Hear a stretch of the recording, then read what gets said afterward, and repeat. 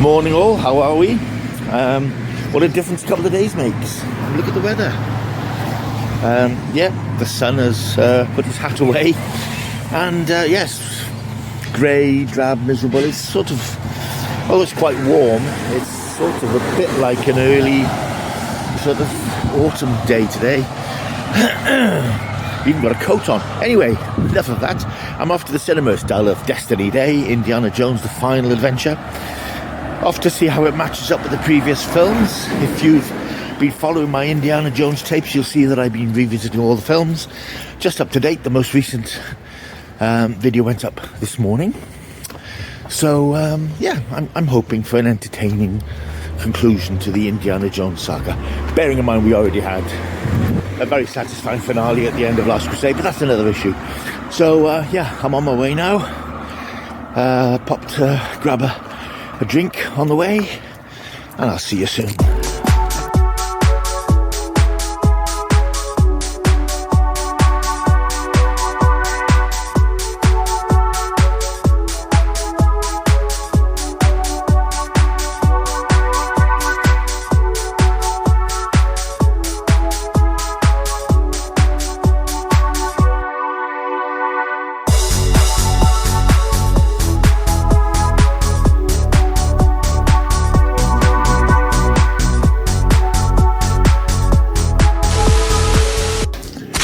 Indiana Jones and the Dial of Destiny is directed by James Mangold, from a script by, amongst others, David Colt, Mangold himself and Jez Butterworth, and stars again Harrison Ford as the fearless Indiana Jones, this time teamed up with his goddaughter, Helena Shaw, played by Phoebe Waller-Bridge, pitted against the machinations of the evil Nazi villain, Voller, played by the brilliant Mads Mikkelsen, with supporting cast including Antonio Banderas, John Rhys-Davies, and another. Before I review the film, I'm just going to preface my own particular comments by some observations about some of the other online reviews that you may have read already, or some of the commentary about this film. I think that if you're a die-hard Indiana Jones fan who holds the initial trilogy in really high regard, you're probably always going to have a problem with any new version of Indiana Jones because, as I think I mentioned in the review of Kingdom of the Crystal Skull, revisiting characters decades later never feels the same as when you met those characters when you were younger and when they were younger. So that's going to be one issue in relation to your enjoyment of these newer Indiana Jones films. However, the second element I'm sort of warning you against, if you like. If you're looking online, in YouTube, particularly on YouTube, at other reviewers and commentators, there is an agenda to a lot of people who review films and TV programs. They're clickbaiters. They don't really have an opinion about something. They certainly don't have a negative opinion. In most cases, they've not even seen the thing they're talking about. But they're basing their commentary on what they've heard, pictures that they've seen, trailers, rumours, and they pitch it in a negative way because that's what gets them clicks. And if they're monetized, the more clicks they get, the more subscribers, the more views, the more money they make. So there's a certain element of YouTube that you need to be able to differentiate between genuine reviewers who have a critical opinion and cynical, snidey, usually foul-mouthed reviewers who just want to get your money, or YouTube's money, by posting something controversial because it will get clicks. Right, because there's been a lot of stuff on YouTube. There's been a lot of people saying, why Indiana Jones is crap, why Indiana Jones will flop, Indiana Jones is terrible. I'm here to tell you it isn't, and it won't be a flop. I really enjoyed this film. I saw it this morning, as you saw from the preamble, and I had a really, I'm not going to say good time because that's cliche. I enjoyed myself. I had a great time sitting for 2 hours, 20 minutes or so, watching this final outing for somebody who is one of cinema's greatest heroes. And a month ago, I probably wouldn't have said that. It's only by revisiting the films I can appreciate how really, really very good they are and how they've developed technically and artistically, certainly from those first three films. Now, of course, there's always an issue about Kingdom of the Crystal Skull. There's going to be an issue about this. And as I've said, it's that question of going back with modern eyes, looking at characters in slightly more, not naive, but less cynical 1980s, I guess, when we weren't quite so touchy-feely, we weren't quite so worried about offending everybody, when we could just get out there and tell a rattling good adventure and we could just not worry about social media, which, oh, those were glory. Those were the days. But I've come to appreciate those films for the classics that they are. And as you've seen in my review of Crystal Skull that went up early this morning, it's flawed, but it still feels like an Indiana Jones film. And I will say that contrary to, again, what you may have heard or read, this feels just like an Indiana Jones film too. It's the first one not directed by Steven Spielberg, the only one not directed by Steven Spielberg, and James Mangold does a great job. He's done some good films in the past. Of course, I'm thinking particular things like Logan, where he sort of deconstructed the superhero genre by telling the story of an aging superhero. And in a way, that's what he's doing here. He's looking at a once young and vital character who's now tired and exhausted and aches all over, but still pitches in and gets involved because it's what he does. So that's sort of a theme that he shares with these two films. And in fact, this film, it just occurred to me when I was thinking about it, because I'm still processing it. I only finished watching it an hour or so ago.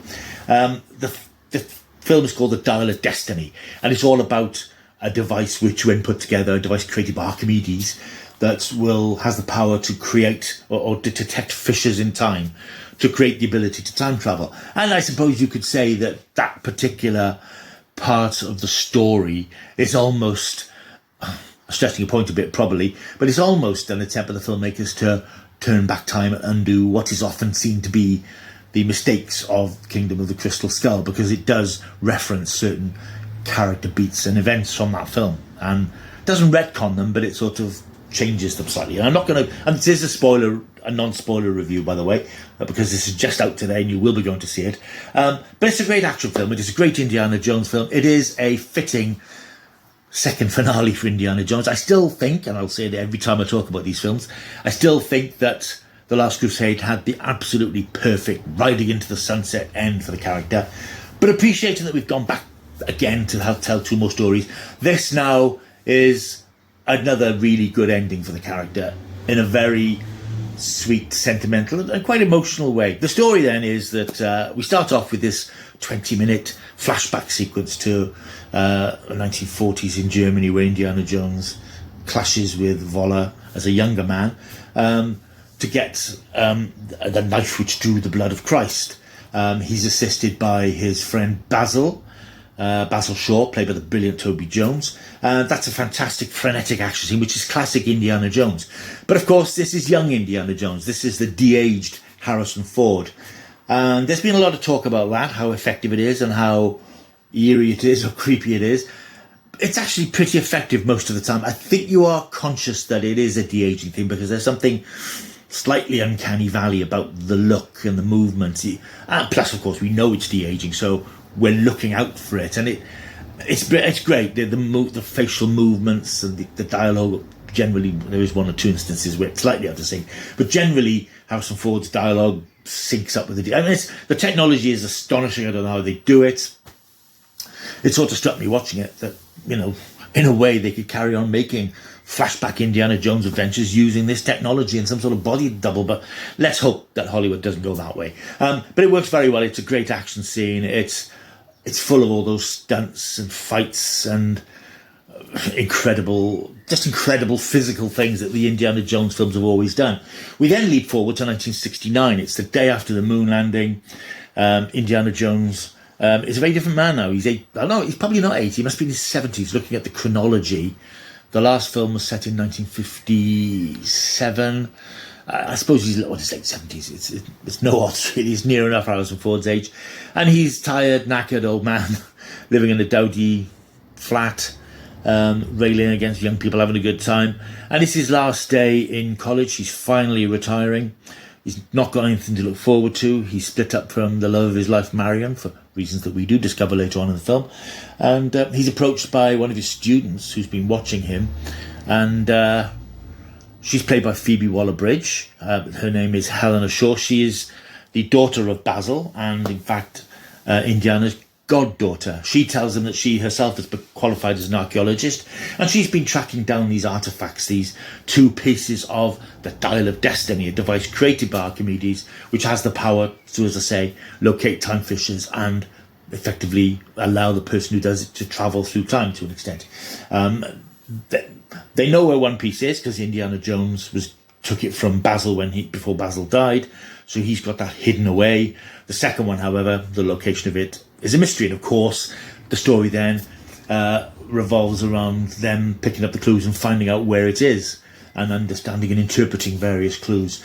That leads them on a globe-trotting journey to Tangiers, Syracuse, out into the Mediterranean, with Voller in the 1970s, 1960s. Voller in hot pursuit, because he knows about the Dial of Destiny. He knows what it can do, and it's interesting. He's Nazi, and it's all the Nazi thing that Indiana Jones films always populated the films with.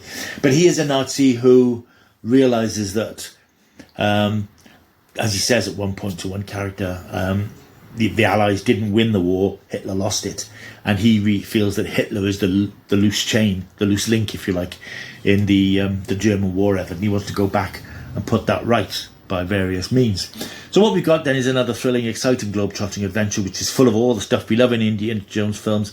And there's some great action scenes. There's a terrific chase around the streets of Tangier in these little cab things. There's another fantastic chase around Syracuse. There's a fantastic underwater sequence where they're Indiana and Helena travelling down to try and find this second part of the Dial of Destiny. And there's loads of punch-ups and little scraps here and there. There's a rope bridge. Yay for rope bridges. There's a rope bridge scene. A couple of little references to previous Indiana Jones films. And I will say that if you thought the ending of Kingdom of the Crystal Skull was bonkers, that was a model of restraint compared to what happens at the end of this film, because it is truly, okay, we're going there, are we? And they go there and they embrace it, and it's nuts, but it's incredibly spectacular, incredibly fun, and quite poignant in places because of what happens towards the end. Again, I'm not going to spoil what happens. There are lots of little surprises and lots of twists and turns and lots of, ooh, is that going to happen? But it all ends beautifully. It's a beautiful, emotive sort of ending that finishes the character off in a really sweet way. Some points to make. A lot of people, when the film was announced, when it was being made, when Phoebe Waller-Bridge was announced, and I'm not the world's biggest Phoebe Waller-Bridge fan. I didn't really get on with Fleabag, and I've not seen her in much else really to take a view on her beyond that. But she's very good in this. A lot of people were worried, and there was rumours that she's going to take over the mantle and be the new female Indiana Jones, and it's going to be all woke and politically correct. None of that. None of that. There's no suggestion she's going to be a next Indiana Jones. She's very much the polar opposite to Indiana in a way, where he is very much on the side of history and preserving history and displaying it for people to see. She wants cash. She's a bit of a mercenary in a way.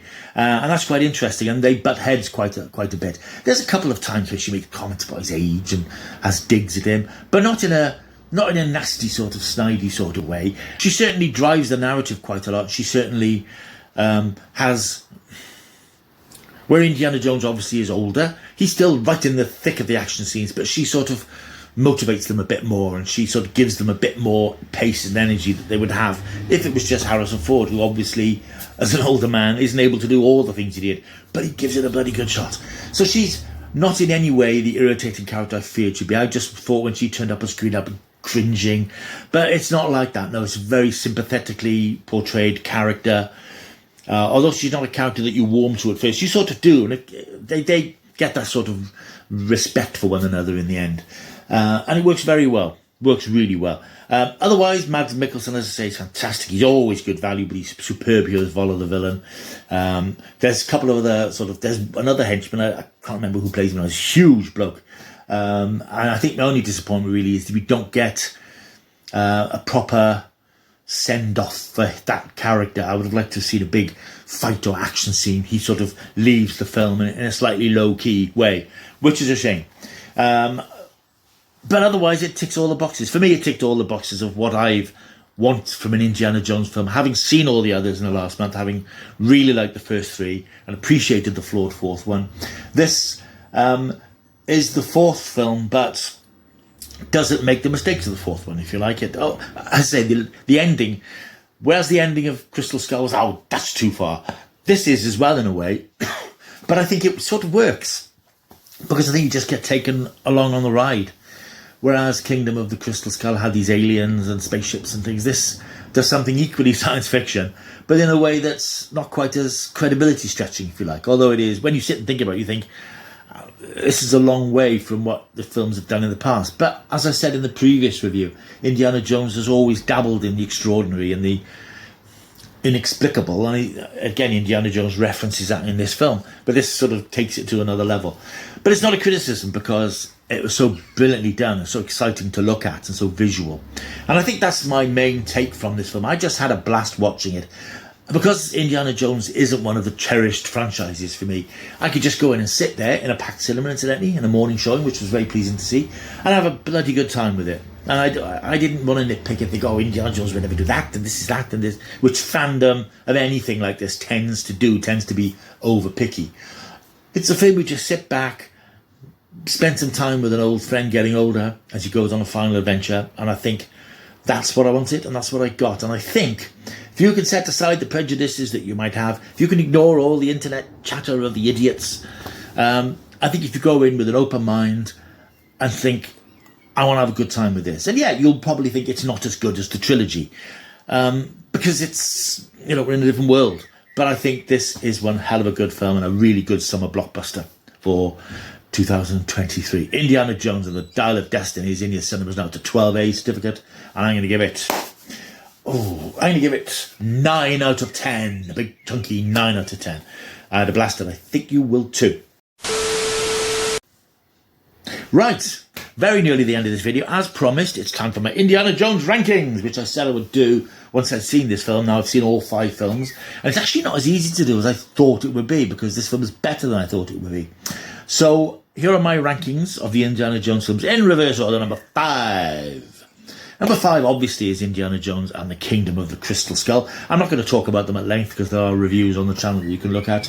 That comes 5th, because it takes a while to get used to the fact that we're seeing an older Indiana. That's not a problem in the new one, because that's been done. And the final act, as I said, the science fiction bit, just jarred. 4th place. And it sounds like it's a low place, but it's a very high 4. It is Dial of Destiny, because it's great fun. It's really good. There is a big sort of gap. I think I gave Crystal Skull 6.5, and this gets 9.5. And I think it's probably a higher rating than maybe one or two of the others. But I have to look at them historically and in terms of where they sit in popular culture, if you like. Dial of Destiny is a very, very good film. And it comes in at a worthy 4th place for me. Number 3, this might be controversial, this might outrage and scandalise some people, but I'm putting Raiders of the Lost Ark, the film that started it all, at number 3. Purely because it's a great film, it started it all, but it is the first one, and you can see what they're doing in the terms of recreating this 1930s sort of vibe. But the other films up the ante a bit, and they sort of take it to the next level.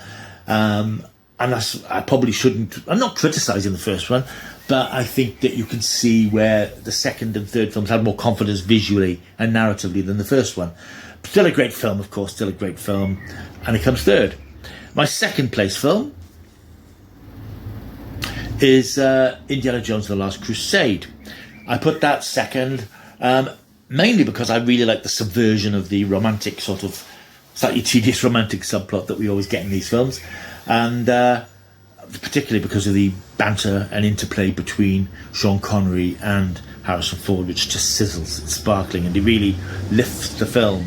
As I mentioned in my review, there's a couple of dodgy little visual bits in it, but that's effects techniques changing over time. But it's a rip-roaring adventure story, and I really enjoyed that. And that comes in 2nd, which leaves, of course, for my number 1, I think most people's number 1, in fact, Indiana Jones and the Temple of Doom. This is the 2nd film in the series. This is where they really stretched their legs and found their feet.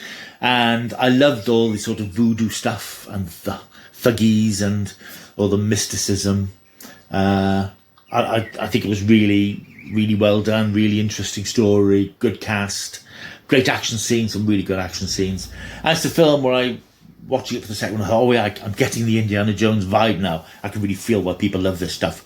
So that's my favourite Indiana Jones film. It's from 1985, and it's Indiana Jones and the Temple of Doom. Right, thank you for watching this video. A little bit longer than usual, but a lot to say.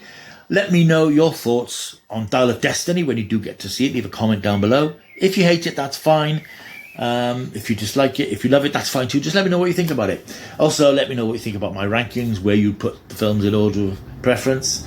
And don't forget to like and subscribe. That's a very important thing to do. Like and subscribe, because there's lots more stuff to come here very soon.